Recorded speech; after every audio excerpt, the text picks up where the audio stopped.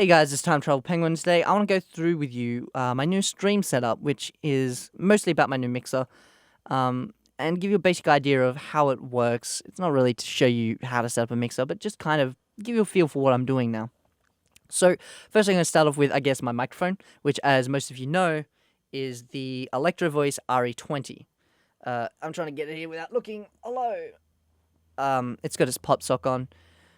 So you can't really see the mic itself. I can't be bothered taking it off, so just Google Electro-Voice RE20. It's a good mic. It's a broadcasting mic, and I use it for my podcasting and streaming. So I've got my microphone, which goes through my mic arm, goes down, and is this XLR cable here, and this is channel 1. And then, of course, to show you just, I guess, mixing in general, I've connected my Nintendo Switch into the combo XLR jack using a 3.5mm to 6.5mm auxiliary adapter.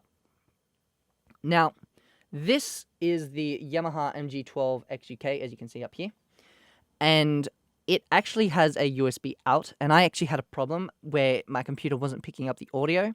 Well, it was connected. It was picking up the this device after I installed the drivers, but it wasn't allowing me to use it with any programs. And the reason being was because there was a new Windows update, which was a privacy thing apparently, which pretty much said that all microphones are not allowed to be used by any applications. And there's a setting in your privacy under audio, and it says allow applications to use your microphone. If you say yes or no, it just changes whether or not you can actually use your mic. So mine defaulted to no for whatever reason. So I spent about 8 to 12 hours trying to fix something that was not broken.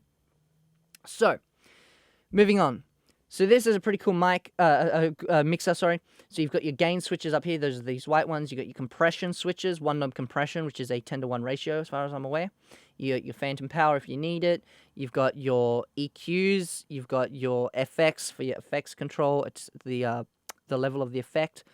You got your pan and your levels.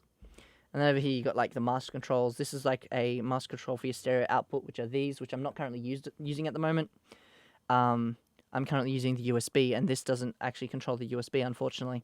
Now the MG12XU is actually the fader version of this. So this is knobs. Everything is knobs. The fader version has the slidey controls for your levels, and it also allows you to turn on and off audio channels and a few other monitoring things, so you can actually turn whether or not things are up here, and it gives you a master control as well, a master leveler as well, which this doesn't have, but it's a lot smaller, as you can see, and I need this desk space here for when I use my microphone. So that is pretty much the basics of things. So this is an example of when I'm streaming.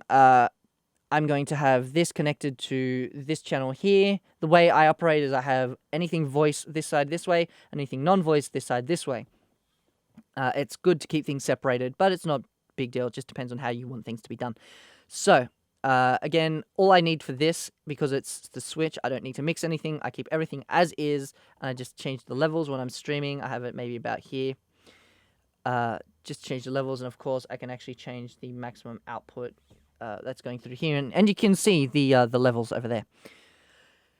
So yeah, and of course the compression, for anyone who doesn't know what compression is kind of like the dynamic range sort of thing of your audio. So I guess what it does is as I move around my microphone, as I am now, as you can tell by my horrible camera work, it doesn't sound like I'm moving away as much as it would as if it's off. So if I move to the side of my microphone, you can still hear me. Obviously, you can with my mic, but it's going to sound a little bit better than what it would normally would without the compression. On top of that, the compression also kind of minimizes the amount of noise that goes into the mic. It controls a little bit more. So if you're going from loud to quiet, from loud to quiet, I got that around the wrong way, then it's going to be it's going to fix that a little bit better for you, depending on how much you compress it. I'm not too technical when it comes to the compression, so I'm very happy that it's got a one-knob compressor rather than needing to deal with all the components individually, as you've probably seen if you've used OBS to control your compression or your whatever program you use. So, of course, you've got your effects you can play around with here. So one example is if I turn this on, you're probably going to hear it's on pitch at the moment, so I can actually change it to be high pitch, and of course I can change it to be low pitch.